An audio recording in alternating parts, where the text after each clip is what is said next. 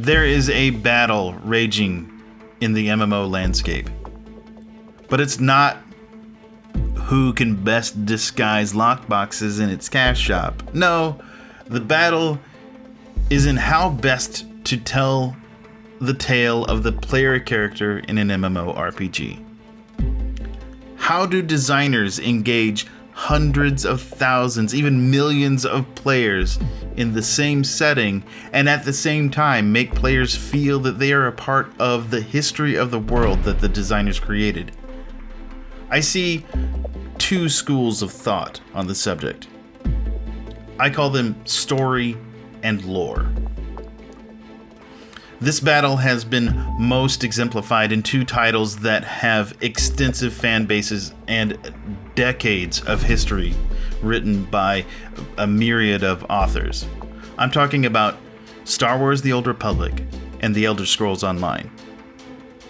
Just so we have an understanding, there are certainly other ways to engage a player in an MMORPG. Games like the grandfather of all MMOs, Ultima Online, engages players by building the world around the player, with NPCs becoming secondary. There are others like PlanetSide 2, where content is all about war all the time. But in both of these games, the narrative is a secondary focus when compared to Elder Scrolls Online and Star Wars: The Old Republic. There are certainly other games I can use as examples, but it just so happens that both of these games are in the midst of launching updates that the developers hope will engage players like they never have before. First, to understand this battle, we need to understand the combatants and the defining differences between them. Story is the direct narrative of the player character, where he or she becomes the primary focus of the content. Usually this means that they are the singular savior of the galaxy, or perhaps in the case of Star Wars: The Old Republic, they are the commander of the Galactic Alliance. This philosophy of making the player feel epic folds into the whole purpose behind BioWare's design of the game. Just listen to what BioWare founder and VP in charge of Star Wars: The Old Republic, Ray Muzica, said about building an MMO before the game launched. It's important for this game in particular, The Old Republic, because we're really trying to add a fourth pillar to the MMO space. And the way we're doing that is through incredible characters you get to interact with, and story with consequences that really affect the world around you. The BioWare team truly felt, and to this day still feels, that story, the active and engaging story, like so many previous BioWare games have had, was the missing pillar in the MMORPG genre.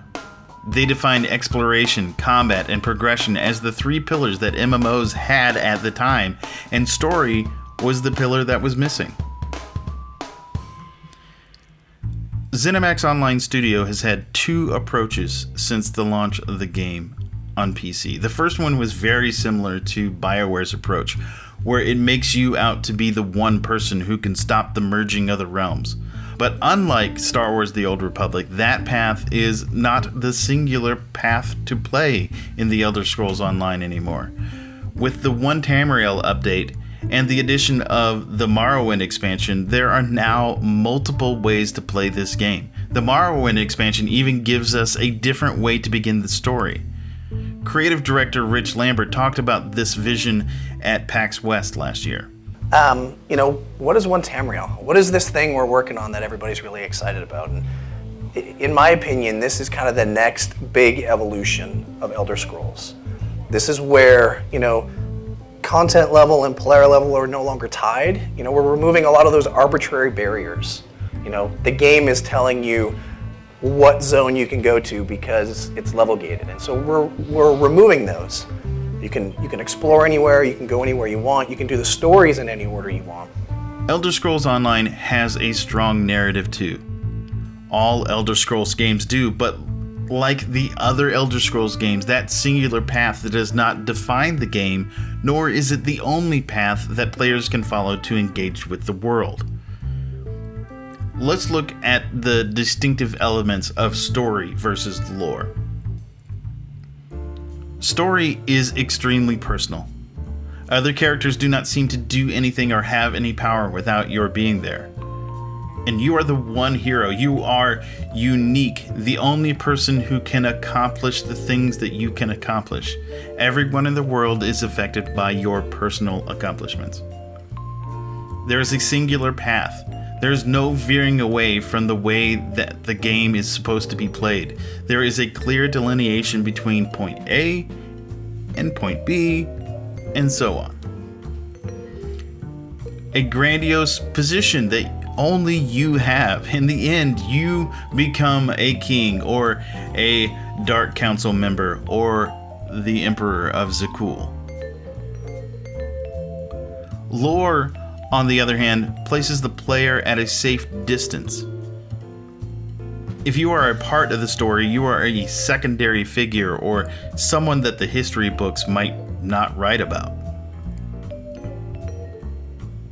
You're not the best. You might be a hero in the world, but in a lore-driven game, there is always many characters who are better at what you do, or you are so insignificant that they don't even pay any attention to you. There are branching paths, although it's possible for stories to have branching choices. Lore-driven games will allow the player to make his or her own path in the world. You'll have a lowly ending. Your quest, or the end of the quest, is just the beginning. You might have accomplished something, but there is so much more left for you to do in the world. And you might get one line in the pages of history. It's possible that you might be mentioned when histories of the world are written, but only because you played a part in a grander scheme.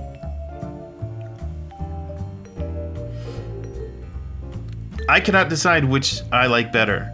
Morrowind takes place in a piece of history that we already know about because of The Elder Scrolls 3, and makes it more interesting because we are now living through it. But I would be lying if I said that being the hero of the galaxy is not appealing. The one thing I can say that I think makes me lean one direction over the other has to do with the depth of the narrative given to the player. Star Wars: The Old Republic sells the story happening to the player, and the interpersonal relationships between the player and the characters around him or her are deep. This makes for an amazing story. But if it doesn't happen to the player, it doesn't appear in the game. There's no real way of finding out what happened. I'll give you an example.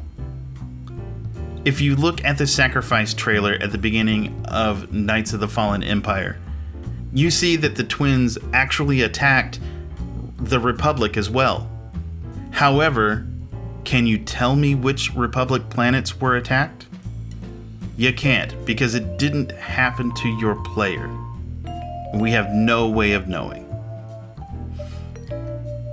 In The Elder Scrolls Online, the lore-driven side of the game makes all parts important. If you want to know what the Ashlanders' beliefs are, there is a quest about it, as well as books and other NPCs who are willing to talk to you. And in an MMORPG, an RPG with hundreds of thousands of players trying to experience the game in their own way, setting is far more important than interpersonal interactions with NPCs. But what are your thoughts? Those are mine, and my opinion is not the same as yours. I'd like to hear what you have to say in the comments below. If you'd like to see more videos like this, maybe featuring other games, let me know in the comments. If you like this video, hit the thumbs up. And if you like what we do here and like Massively OP in general, hit the subscribe button and follow us on Twitter, Facebook, Google+, and Twitch. If you really like us, then consider becoming a patron on Patreon. Thank you for watching, and we'll see you server side.